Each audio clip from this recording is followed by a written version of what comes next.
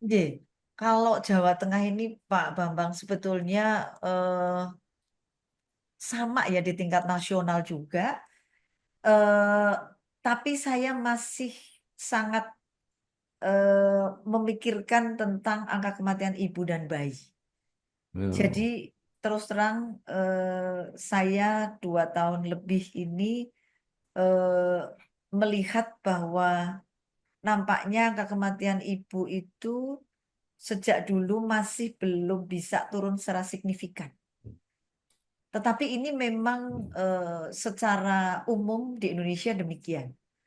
ya, Jadi kematian ibu, kemudian bayi, itu juga cukup tinggi, ya, bahkan, masih berkutat pada kabupaten kota itu saja gitu. ya, Beberapa hal yang sampai saat ini masih kita dorong, mendampingi dengan mitra, kemudian kita juga turun sendiri, tapi nampaknya kok belum selesai juga, itu angka ya. kematian ibu dan bayi. Telah terbit Majalah Ekonomi Indonesia edisi pertama, Januari 2025. Membahas tentang pertumbuhan ekonomi Indonesia serta prediksi perkembangan ekonomi Indonesia tahun 2025.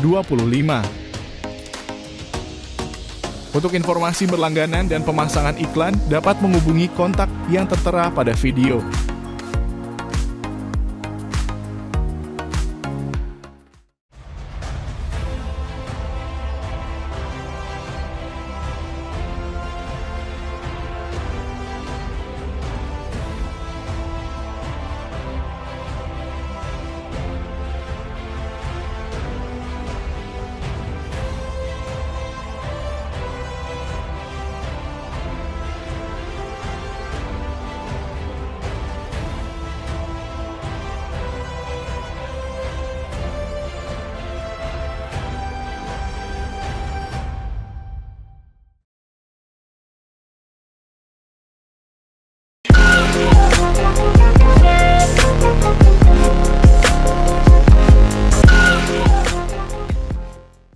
Assalamualaikum warahmatullahi wabarakatuh.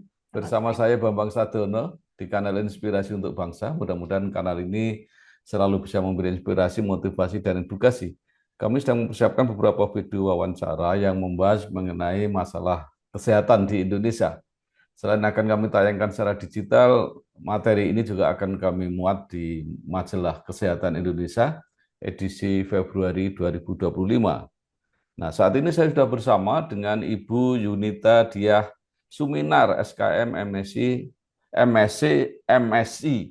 Beliau adalah Kepala Dinas Kesehatan Provinsi Jawa Tengah. Apa kabar, Bu Nita? Baik, Pak Bambang, alhamdulillah sehat, semangat. Iya, ya baik.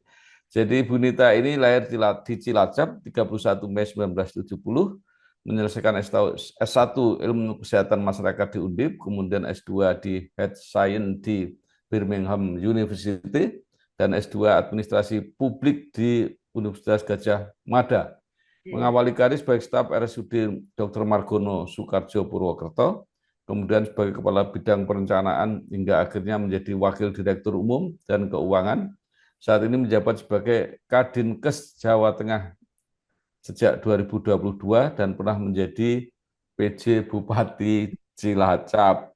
Nah, mungkin ada baiknya diawali dengan bercerita mengenai perjalanan karir Bu sampai saat ini. Silakan. Baik, matur nuwun Pak Bambang ini kalau cerita karir sebetulnya saya itu lulus dari Universitas Diponegoro itu tahun 93. Kemudian Ya, dari 93 itu jadi PNS kan waktu itu kalau lulusan dari kesehatan masyarakat kan langsung diangkat jadi PNS. Nggak pakai iya, tes. Kalau pakai tes mungkin saya nggak iya, diterima tuh di PNS. iya, iya. Lalu kemudian langsung pada saat itu sebetulnya hampir 99% teman-teman saya yang dari kesehatan masyarakat itu ditempatkan di dinas kesehatan. Karena basicnya Hmm, adalah kesehatan masyarakat. Tetapi saya kebetulan oleh Kepala Dinas Kesehatan Provinsi Jawa Tengah, beliau tuh dulu sebelum jadi Kepala Dinas itu, Pak Setio Raharja itu jadi Direktur di Rumah Sakit Margono, Purwokerto. ya, Sehingga beliau menyampaikan bahwa saya sebaiknya di rumah sakit saja. Sebenarnya saya termasuk yang salah jalur gitu waktu itu di rumah sakit. Ya. Tapi salahnya sampai 30 tahun. Di Rumah Sakit Margono, saya berkutat di sana, berpindah-pindah bagian gitu, ada di rekam medik, ada di bagian hukum dan informasi, kemudian di Ya. bagian diklat, mendapatkan beasiswa juga kebetulan sekolah, dan beasiswanya dua-duanya nih Pak Bambang, kebetulan ya. Ya. Jadi Ya. akhirnya sampai saya menjadi Wakil Direktur Umum dan Keuangan di sana, dan kebetulan di provinsi ada eh, talent ya untuk eselon 2. Ya. Kemudian akhirnya saya menjadi Kepala Dinas Kesehatan Provinsi Jawa Tengah menggantikan Dr. Yulianto Prabowo. Oke. Sekarang menjadi Kepala Dinas Kesehatan Provinsi Jawa Provinsi Tengah. Jawa Tengah. Nah, menurut Ibu, apa sebenarnya saat ini masalah-masalah kesehatan yang apa ya, yang perlu diprioritaskan untuk Jawa Tengah? Oke, kalau Jawa Tengah ini Pak Bambang sebetulnya sama ya di tingkat nasional juga. Eh, tapi saya masih sangat memikirkan tentang angka kematian ibu dan bayi. Jadi Ya. terus terang saya 2 tahun lebih ini eh, melihat bahwa nampaknya angka kematian ibu itu sejak dulu masih belum bisa turun secara signifikan. Tetapi ini memang secara umum di Indonesia demikian. Ya. Jadi kematian ibu kemudian bayi itu juga cukup tinggi. Ya. Bahkan masih berkutat pada kabupaten kota itu saja gitu. Ya. Beberapa hal yang sampai saat ini masih kita dorong, mendampingi dengan mitra, kemudian kita juga turun sendiri, tapi nampaknya kok belum selesai juga. Itu angka Ya. kematian ibu dan bayi. Jadi Ya. PR yang luar biasa bagi saya untuk bisa menurunkan angka kematian ibu dan bayi di Jawa Tengah. Termasuk yang Ya. lain tentu stunting, Pak Bambang. Stunting ini, Ya. wah ini membuat keriting tapi tetap harus kita selesaikan ya. Karena Ya. stunting ini kan untuk masa depan anak-anak Ya. kita di ya Indonesia Emas ya 2045. Tapi Ya. prinsipnya adalah ini eh, banyak sekali yang pengaruhi, tidak hanya dari kesehatan. Jadi kesehatan itu kan memang tidak bisa berdiri sendiri. Ya. Sama sekali. Intervensinya tidak bisa berdiri sendiri, persoalannya juga tidak berdiri sendiri. Maka memang angka kematian ibu, stunting, kemudian penyakit menular masih, TB, kemudian Ya. HIV, dan Ya. juga yang sekarang ini memang menjadi quick win itu TB yang sekarang muncul lagi di Indonesia dan cukup tinggi kasusnya. Ini juga menjadi perhatian. Kebetulan menjadi quick win nih pemerintah Prabowo Gibran Ya. untuk penurunan insiden TB. Sehingga kita inline nih dari pusat ke Ya. daerah. Gitu Pak Bambang. Ya. Baik, Bu Nita, angka kematian ibu dan bayi, kemudian stunting, padahal secara umum kan tren apa kelahiran itu kan Menurun ya. menurun ya, Iya, apalagi kalau ada jelas. program KB. Nah, Iya, mengapa justru di situ masih tinggi? malah naik ya. Jadi kalau kita bicara tentang angka kematian ibu dan bayi, ini sebetulnya kan sejarah panjang. Sejarah panjang Ya. ibu dan bayi dalam hal ini. Ibu Ya. akan hamil itu harusnya umur cukup untuk hamil. Hmm.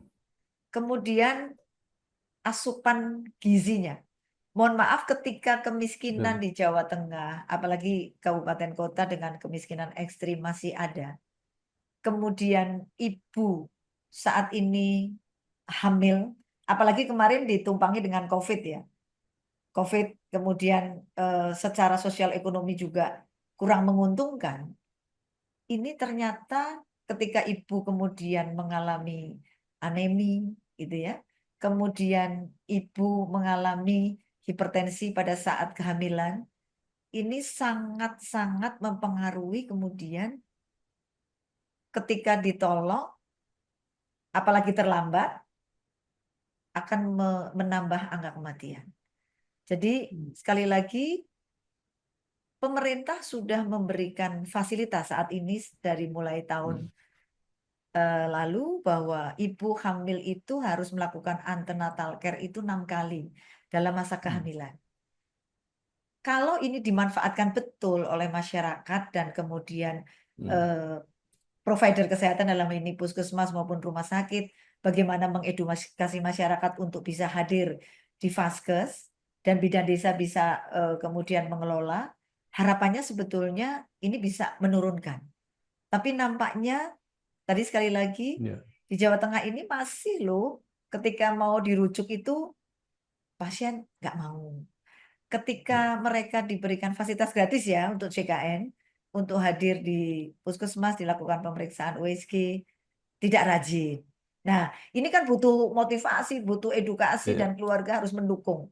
Itu PR sekali Pak Bambang. Jadi tidak hanya ada Vaskes, ada tenaga kesehatan, tapi ketika masyarakat juga tidak memanfaatkan ini, padahal itu free. 2 kali USG, 6 kali ANC. Termasuk petugas Baik, kesehatan. ya. Kalau Bu, ANC apakah ini apakah indikasi ya kemunduran atau kegagalan pemerintah, terutama kalau dikaitkan dengan program keluarga berencana dulu yang begitu berhasil dan begitu membina masyarakat sampai tingkat paling bawah, sehingga masalah yang ini masalah lama ini nggak bisa selesai. Terus Pak. Jadi kalau kita lihat BKKBN zaman dulu tuh memang luar biasa, informasinya sangat baik gitu ya. Kemudian didorong dari segala aspek kehidupan dan lintas sektor itu dulu, mohon maaf ya, dulu Pak Camat dengan Kepala Puskesmas itu bareng tuh bekerja bareng ke tingkat-tingkat paling bawah gitu ya. Nah, saat ini memang dengan ya kita melihat misalnya bidan desa itu harapannya tinggal di desa gitu ya misalnya. Tetapi sekali lagi bahwa tinggal di desa itu bukan sesuatu yang menarik ya. Misalnya contoh seperti itu. Nah, ketika aliran informasi ini kemudian kepada masyarakat terutama edukasinya, apalagi peran-peran media ya, kadang-kadang masyarakat juga mungkin kurang punya filter misalnya. Nah, sehingga kadang-kadang ada keengganan, kemudian sebagai petugas juga mungkin semangat dan komitmennya menurut kami ya Pak Bambang, ini perlu didorong terus. Sehingga cakupan terhadap layanan itu kualitasnya sebetulnya bukan kuantitas. Kadang 6 kali, tetapi pada saat melakukan pemeriksaan kurang telesih. Nah, ini nanti nyambung sama pendidikan tenaga kesehatan yang mungkin mahal ya sekarang. Mahal. Itu juga mempengaruhi saya kira. Ya, baik. Jadi kalau begitu apa Bu faktor yang paling berpengaruh ya? Kenapa masalah-masalah klasik ini masih bertahan terus di Jawa Tengah? Nanti mungkin bisa diceritakan apakah itu karena fasilitasnya naik tambah terus ya, rumah Betul. sakitnya tambah, Ya. program-programnya tambah. Ya. Nah, kemudian apakah itu karena anggarannya misalnya? Anggarannya saya kira ya saya tidak tahu apakah dianggap kurang dan sebagainya. Apakah itu karena kultur dari masyarakatnya? Apakah karena sistem administrasinya? Kenapa pada waktu BKKBN bisa sekarang enggak? Jadi kalau bicara kultur, kebetulan memang kabupatennya tertentu saja tuh Pak Bambang yang tinggi ya. Misalnya Brebes. Brebes itu dari dulu nggak selesai-selesai. Kemudian ada Kendal, Grobogan. Ini memang berkutat ke kabupaten itu saja. Ada banyak hal. Tadi kemiskinan ya, kemiskinan. Kemudian literasi itu menjadi utama karena bagi mereka dulu kalau mbah-mbah mereka, keluarga mereka nggak datang ke Vaskes juga nggak apa-apa tuh gitu. Nah, ini literasi terhadap sebetulnya apa yang seharusnya dilakukan oleh ibu hamil, kemudian supaya lahir bayi yang sehat. masih ada mitos yang nggak boleh makan udang gitu misalnya, itu masih loh sampai Ya, hari ini. Dan kemudian keputusan keluarga untuk memberikan atau dirujuk ke rumah sakit itu juga pengaruh ternyata. Ada ya, beberapa kasus karena untuk dirujuk dia harus minta persetujuan keluarga, sementara sebetulnya dia harus dilayani di rumah sakit. Karena kalau resiko tinggi itu harus ya, dilayani di rumah sakit eh, Ponek gitu. Tetapi ini tidak terjadi. Hal lain tentu sekali lagi tenaga kesehatan, Pak Bambang. Jadi kami terus terang memang saat ini gencar untuk melakukan audit maternal perinatal. Tentu dengan no naming, no shaming, no blaming kepada yang kebetulan menangani kemudian meninggal. ya, Harapannya sebenarnya tumbuh rasa tanggung jawab, kemudian ada perbaikan walaupun sedikit ya, skill up terhadap tenaga kesehatan di kegawat daruratan maternal neonatal ini nggak boleh lambat, ya, harus tim. Kemudian kalau sampai meninggal karena perdarahan, kan sudah ada UTD, sudah ada tempat atau bank darah di rumah sakit. Kalau ya, ini nggak terlambat, mestinya tidak akan terjadi, termasuk preeklamsi. Jadi hipertensi karena pada masa kehamilan itu ketika dia memang ditolong di rumah sakit secara cepat, itu bisa tertolong sebetulnya. Termasuk misalnya bagaimana eh, tenaga kesehatan di puskesmas itu mampu melakukan assessment, anamnesa ketika ini memang tidak bisa ditolong, harus segera dirujuk.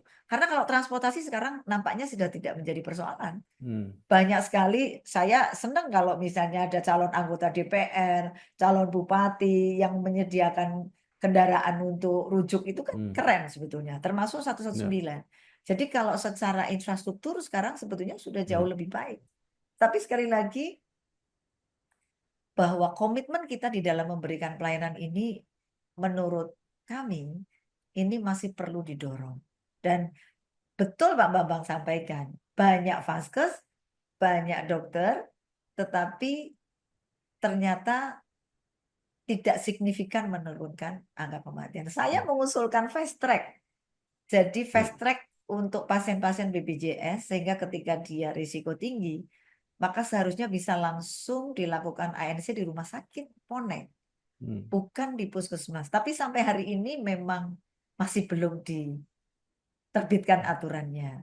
Jadi saya mengusulkan secara tertulis kepada BPJS, mohon untuk bisa dilakukan fast track untuk pasien-pasien atau ibu hamil dengan risiko tinggi, maka dia bisa langsung ke rumah sakit Ponek. Jadi tidak di puskesmas lagi. Karena ini tentu akan bisa mengidentifikasi dan akan bisa memperbaiki layanan sehingga dia pada saat melahirkan juga sudah bisa diketahui sebenarnya faktor risikonya apa.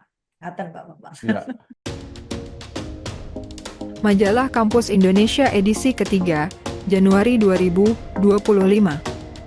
Dengan topik utama 100 kampus penyumbang pejabat publik, juga posisi strategis di Indonesia yang didominasi oleh UI, UGM, dan ITB. Untuk pemasangan iklan dan berlangganan, dapat menghubungi kontak yang tertera di video. Ya, baik. Nah, Bu, fasilitas kesehatan ya, terutama rumah sakit, itu Ye, kan bertambah terus. ye, RSUD itu sekarang di mana-mana, kepala daerah itu menambah RSUD. Di betul. kota-kota besar seperti Semarang, Ye, rumah sakit swasta buka banyak. baru banyak. Ye, Nah, apakah ini tidak membantu untuk ya, mengatasi tadi persoalan yang betul. eh, Jadi ya, rumah sakit itu kalau yang banyak itu ada di kota-kota. Kota ya, Semarang, Kota Magelang, itu kalau ukurannya 1 banding 1.000 penduduk. ya, Tempat tidur, ya, satu tempat tidur banding 1.000 penduduk.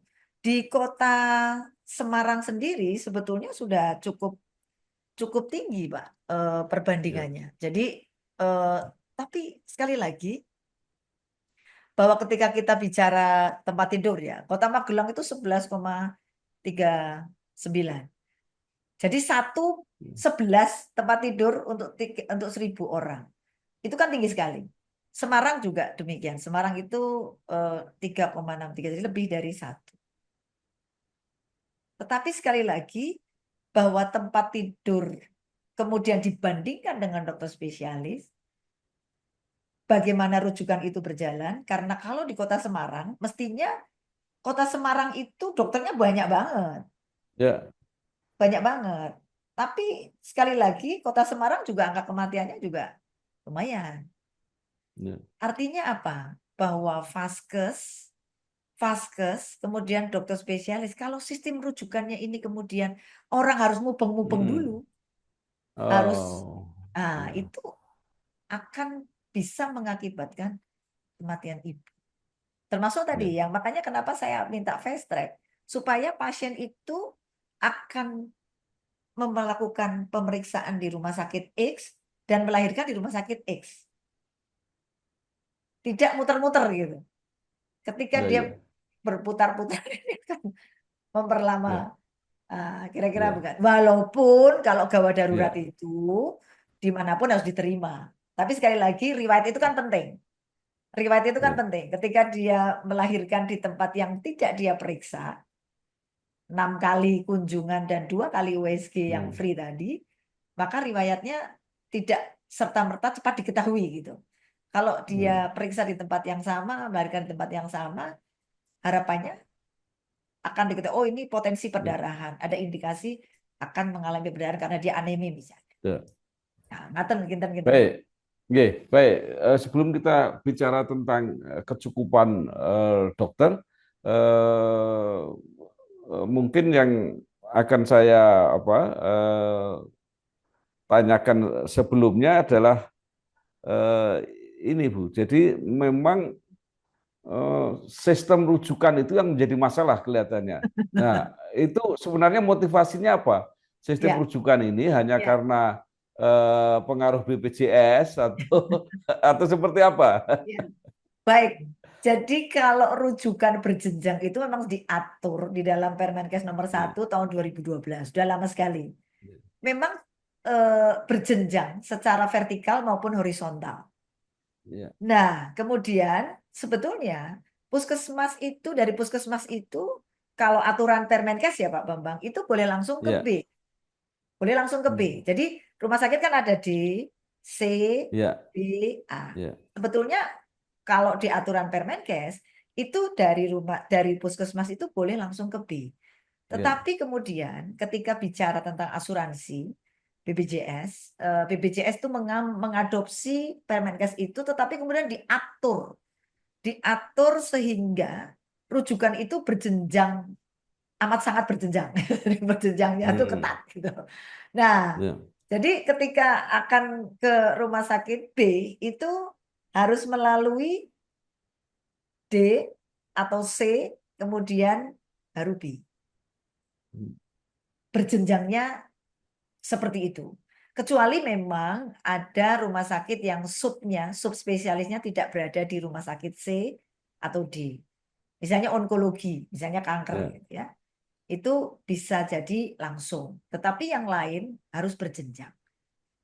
Nah, kemudian kalau kita bicara salah nggak sih?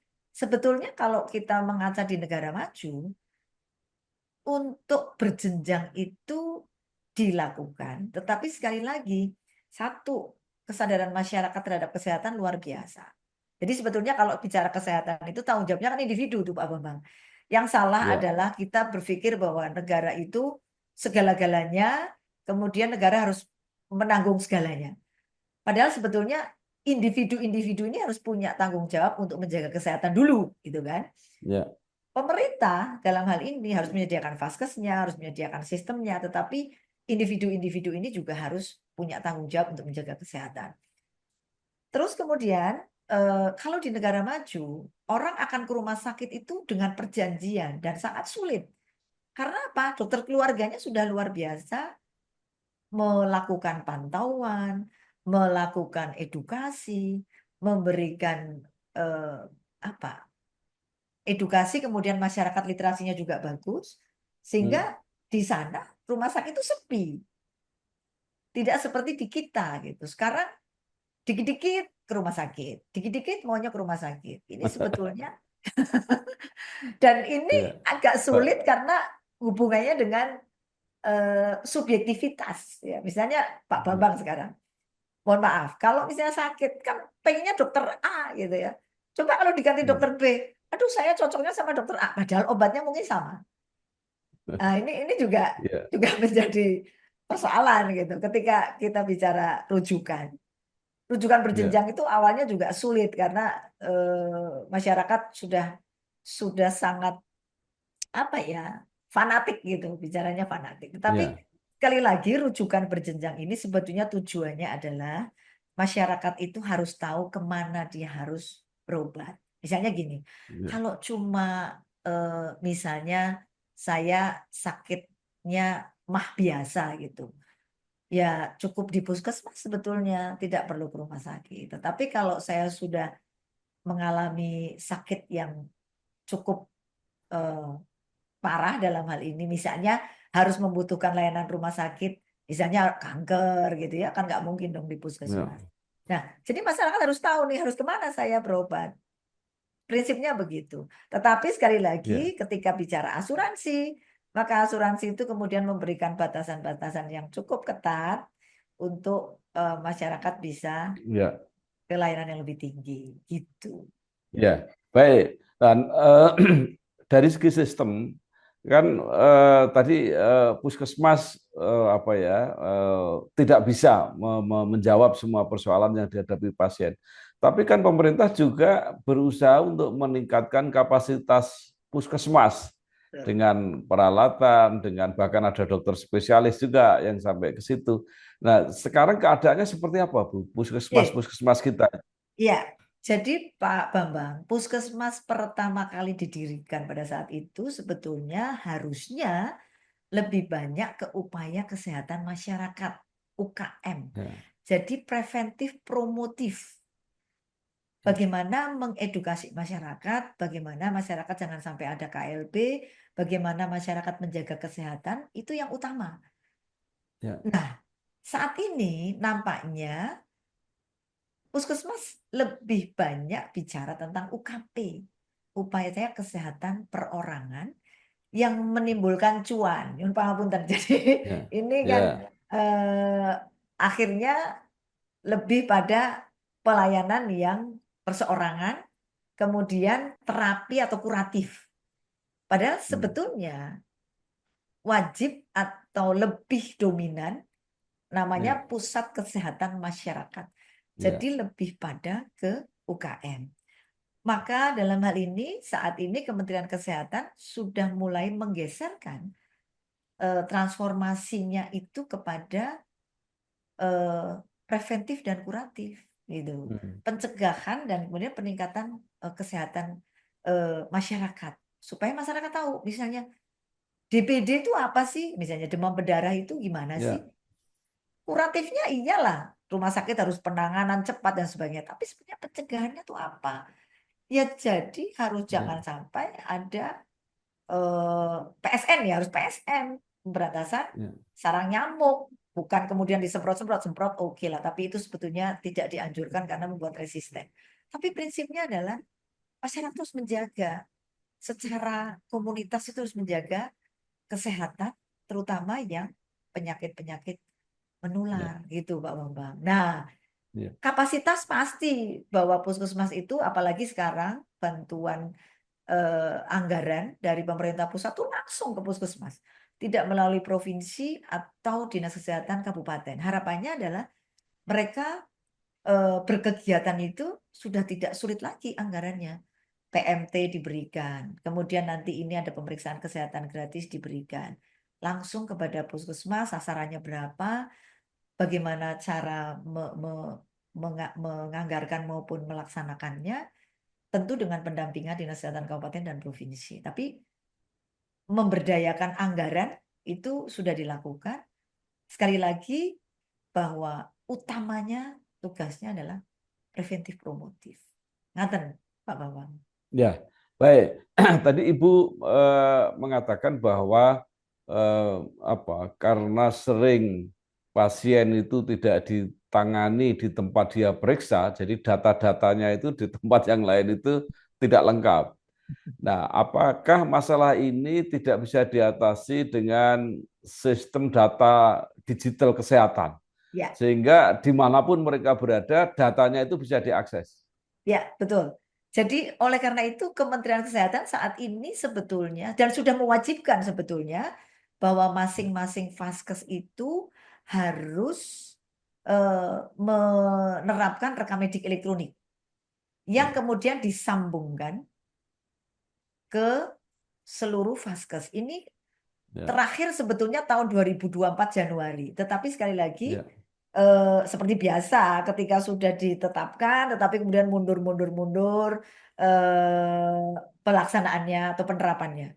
Tapi idenya adalah supaya ketika kita berada dimanapun itu tenaga kesehatan bisa mengakses informasi hmm, layanan kesehatan yang dia terima, hasil-hasil riwayatnya pasien itu bisa diterima, bahkan nanti ada di dalam genggaman, satu sehat. Jadi ya, saat ini masih pada proses pengembangan untuk mengintegrasikan seluruh sistem tentu di seluruh Indonesia. Dan kita dievaluasi terus Pak Bambang. Misalnya Jawa Tengah, dari ya, 362 rumah sakit sudah semua belum? Alhamdulillah sudah. Tetapi sekali ya, lagi belum terkoneksi menjadi satu karena satu Indonesia kan, satu Indonesia. Jadi ya, masih pada proses dan ide itu saya kira yang membuat kita nanti menjadi lebih efisien dan efektif. Kalau misalnya ya, sudah dilakukan CT scan di rumah sakit A, maka nanti akan terlihat di ya, rumah sakit eh, yang lebih tinggi atau yang horizontal supaya nanti nggak diulang lagi. Saya kira saat ini sudah dilakukan ya. tetapi masih belum selesai. Iya. Baik. Nah, sekarang tentang tenaga kesehatan ya, Bu, Yes, terutama dokter spesialis. yes. Walaupun mungkin jumlahnya cukup, tapi pemerataan tempatnya itu kan masih menjadi keluhan. Bahkan Ya. di beberapa rumah sakit kabupaten kota masih mengeluh mengenai jumlah dokter spesialis Ya, yang terbatas. Rata-rata kalau di kota kecil itu dokter spesialis agak enggan untuk betul, ditempatkan di situ.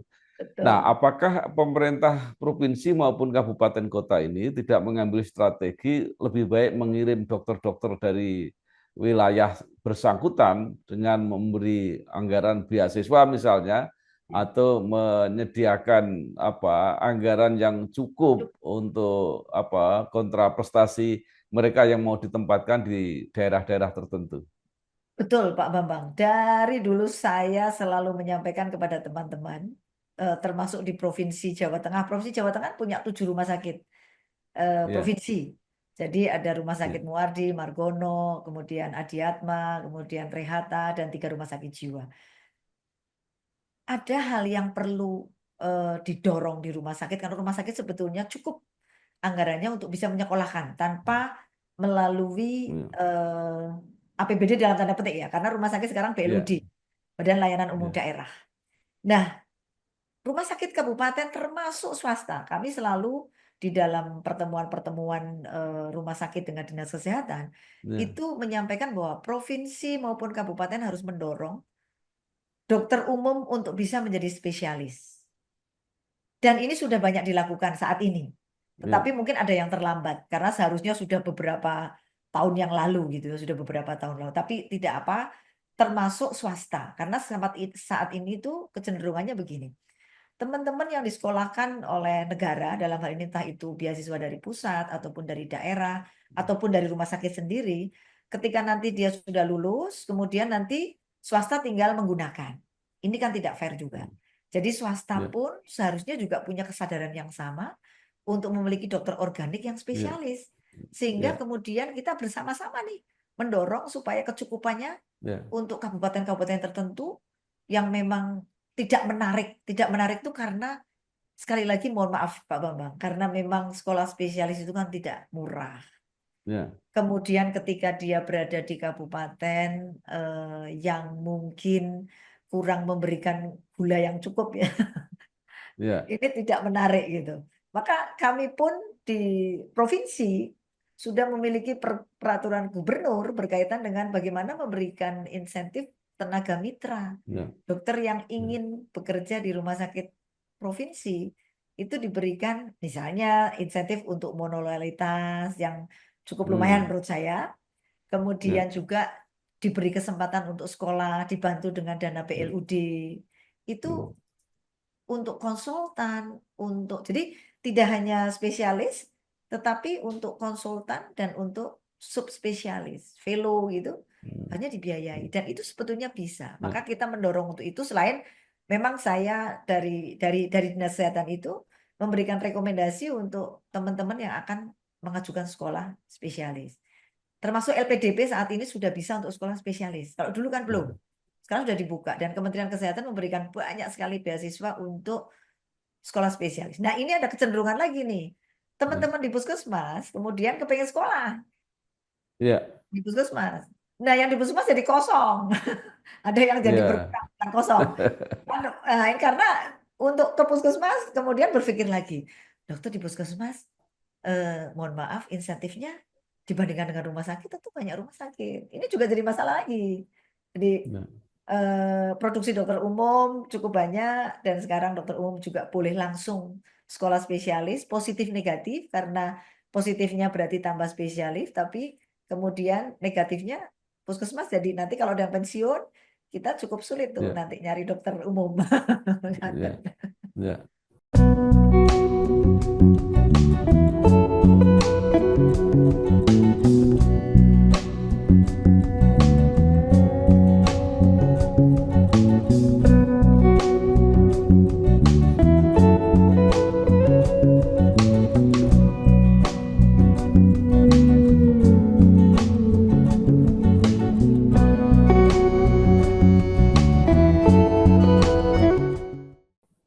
Nah, kemudian juga ada pemikiran ya. Saya wawancara dengan Dirut RSCM. Jadi yang baik itu dokter itu tidak perlu memikirkan di mana dia bertugas, di mana sumber pembiayaan dari yang dilayani, tapi bisa memperoleh penghargaan atau pendapatan atau apapun namanya yang kira-kira relatif sama. Betul. Apakah ini mungkin dilakukan? Saya kira ini sangat mungkin ya, karena begini, sebetulnya kalau saja pemerintah daerah terutama ya bisa melakukan efisiensi dan kepala daerahnya itu fokus kepada kesehatan, nggak terlalu mahal sebetulnya kalau dihitung.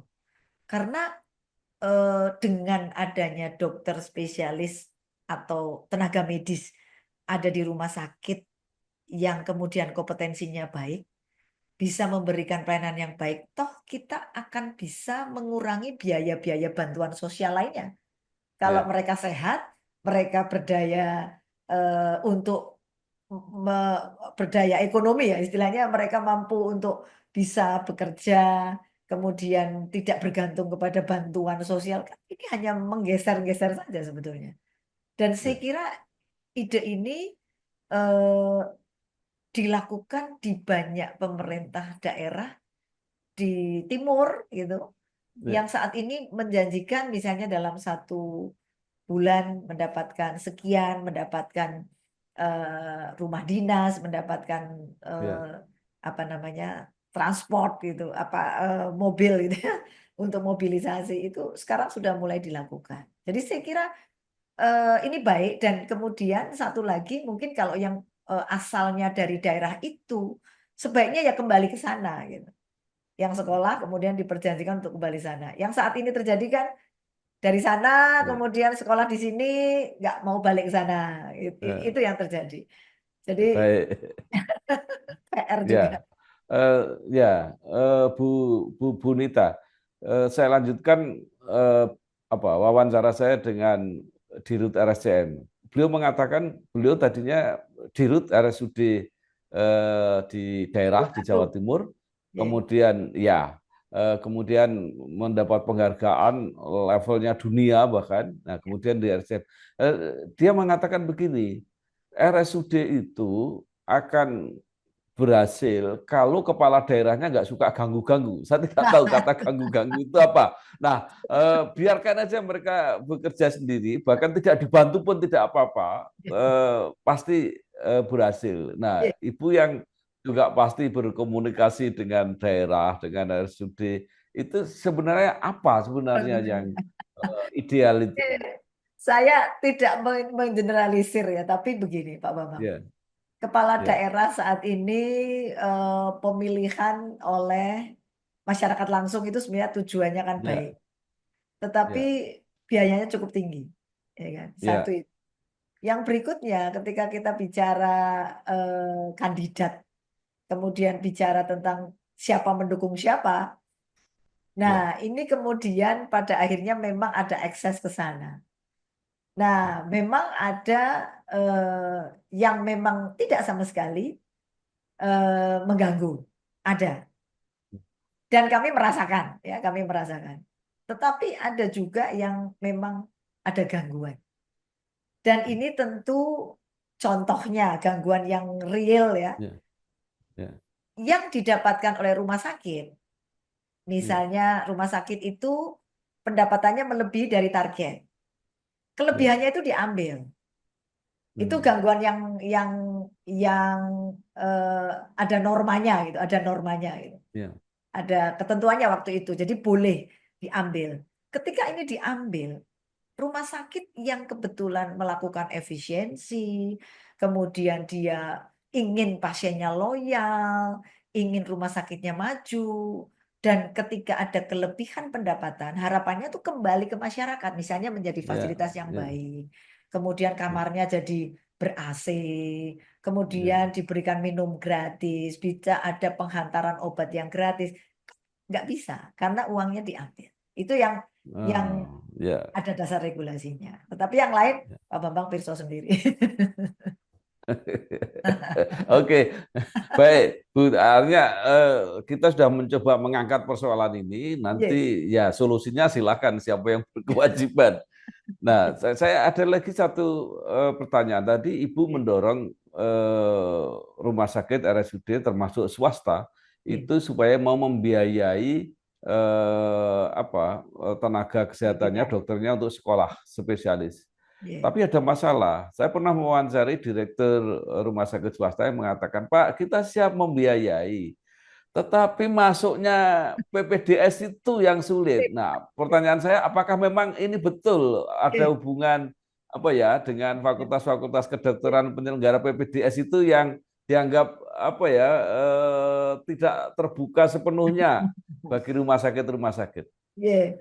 Ya ini isu saja sebetulnya kaitan dengan tidak terbuka dan Ya, terbuka. Jadi gini, yang ya, sebenarnya adalah kuota. ya, Kuotanya memang terbatas. Jadi ada ketentuan-ketentuan, misalnya pembimbing residen itu ya, eh, misalnya kalau koas itu 1:3 atau sampai 5 gitu. Tetapi kalau residen misalnya ya sekitar 1:3 itu pun eh, sangat terbatas jumlahnya, sehingga sangat terbatas jumlahnya karena pembimbing itu juga ada syaratnya. Dosen atau pendidik klinis itu juga ada syaratnya gitu. Nah, hal lain adalah mungkin sistem rekrutmen. Sistem rekrutmen ini tadi kuota ya terbatas. Kemudian sistem rekrutmen memang seharusnya terbuka sehingga betul-betul yang memang punya komitmen dan mungkin daerah-daerah yang tertinggal itu diutamakan.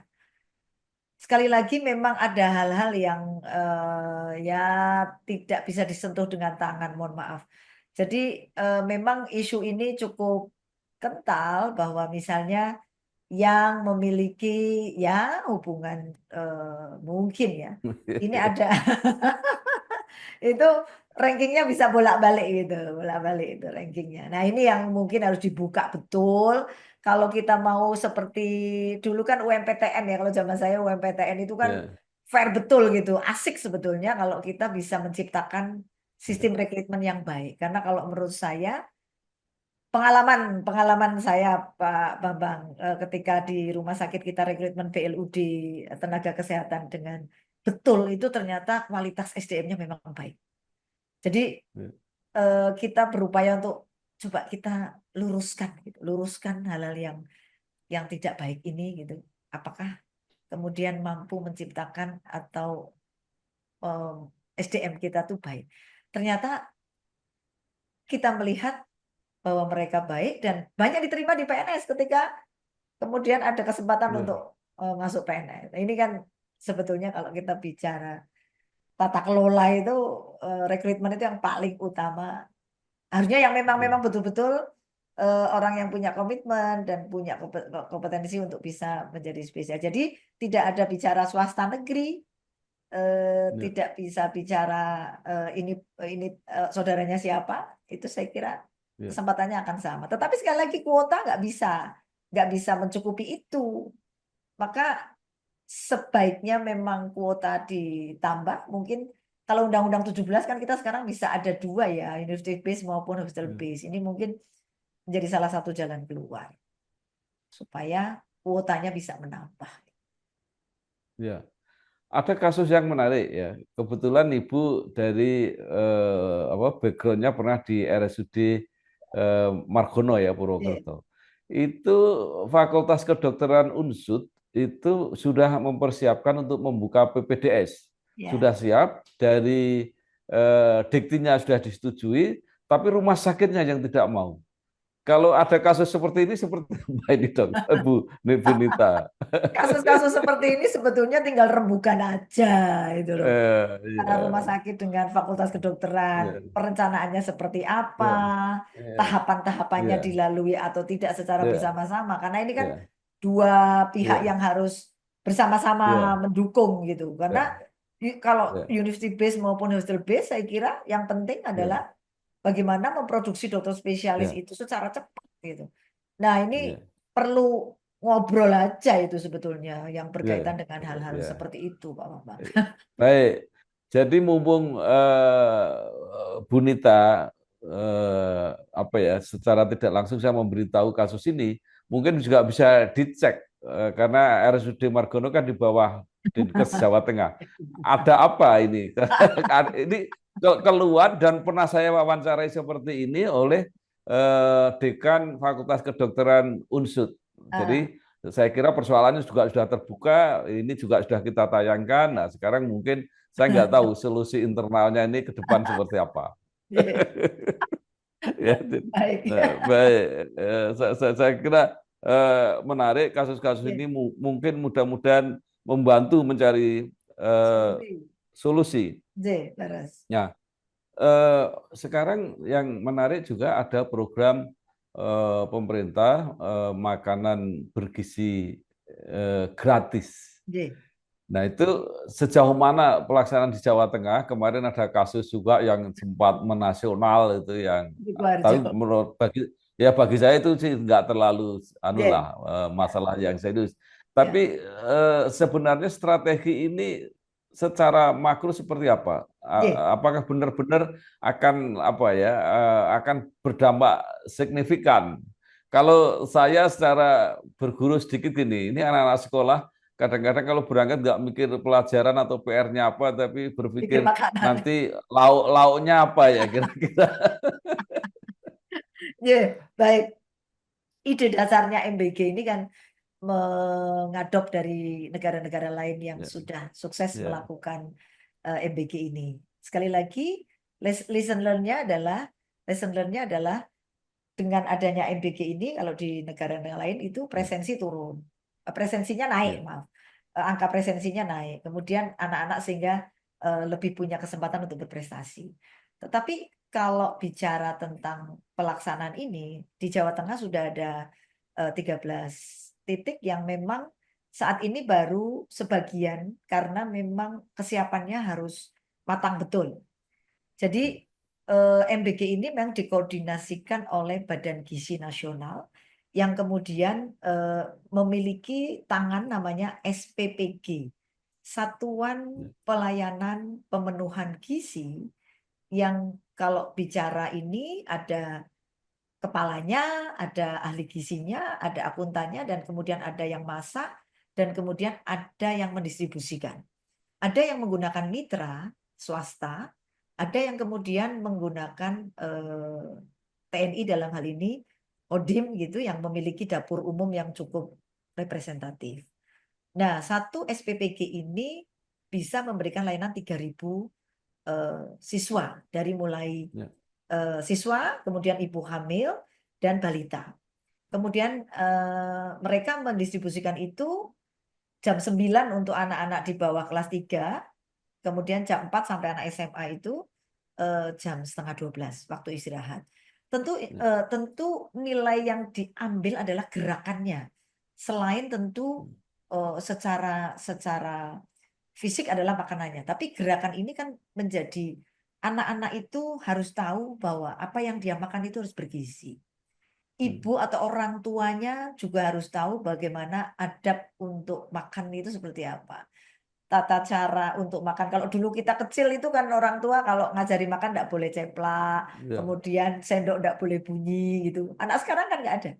Anak sekarang itu makan aja di depan TV dan sebagainya. Mungkin ini juga menjadi kembali ya gerakan bahwa tata krama untuk makan, kemudian tadi pemahaman tentang gizi yang baik terhadap orang tua maupun anak-anak jadi nggak jajan karena salah satu ya stunting tadi anak-anak tuh sering jajan makan makanan yang kurang bergizi, tidak bergizi itu menyebabkan mereka pertumbuhannya menjadi tidak optimal. Nah, selain itu tentu ya tadi cuci tangan dulu sebelum makan gitu. Anak-anak diajari hal seperti ini.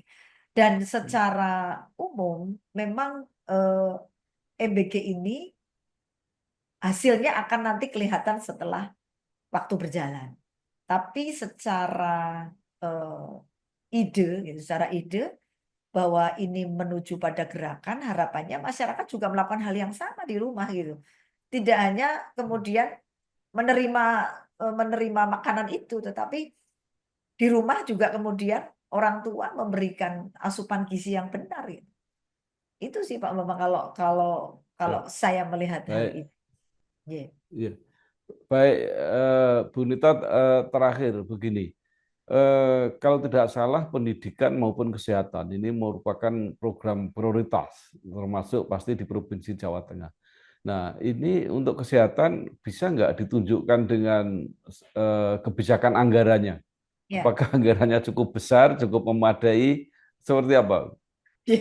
Kalau bicara di Jawa Tengah, sebetulnya Ya. anggaran kesehatan lebih banyak untuk membantu kepesertaan JKN itu Pak Bambang.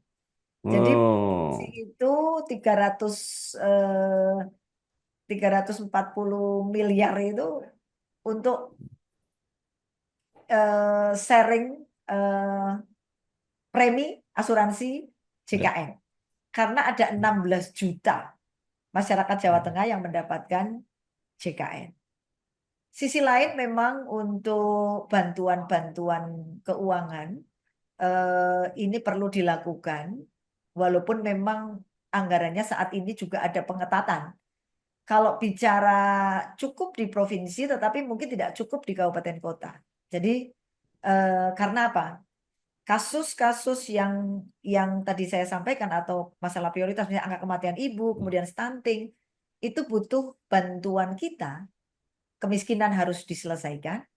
Kemudian tadi karena stunting itu ada 3 penyebab, penyakit, kemudian akses terhadap makanan, kemudian pola asuh. Kalau ini tidak kita bantu, maka angka ini mungkin juga tidak akan turun secara signifikan. Nah, tahun lalu kita bisa memberikan bantuan keuangan kepada kabupaten kota untuk stunting itu sekitar 180 miliar. Tapi kemudian tahun ini karena ada pergeseran dalam hal program prioritas TB, kemudian stunting tetapi kita tidak bisa memberikan bantuan. Tetapi TB ada bantuan dari mitra, kemudian juga pemeriksaan kesehatan gratis. Jadi ini yang dibantu oleh pemerintah pusat, kemudian kabupaten kota juga menerima bantuan anggaran dari pusat, dari DBHJHT, kemudian dari DAK, kemudian dari BOK. Itu kalau kita lihat cukup tetapi mungkin belum optimal ya. Jadi mungkin sekitar 70-80% lah untuk kecukupan di kabupaten kota. Mungkin perlu disupport dari provinsi sebetulnya. Ngaten Pak Bambang. Baik, luar biasa. Terima kasih sekali Ibu Yunita Diah Suminar, SKM, MSc, bacaannya hampir sama, Kepala Dinas Kesehatan Jawa Tengah. Saya kira banyak sekali yang disampaikan, mudah-mudahan ini menambah informasi dan wawasan untuk kita semua, dan menambah semangat untuk memperbaiki kultur kesehatan di Jawa Tengah. Baik. Sekali lagi terima kasih, sukses, selamat bekerja. Sehat selalu. Wassalamualaikum warahmatullahi wabarakatuh. Warahmatullahi wabarakatuh. Matur nuwun, selamat Terima siang. kasih Bu, terima kasih. Nggih.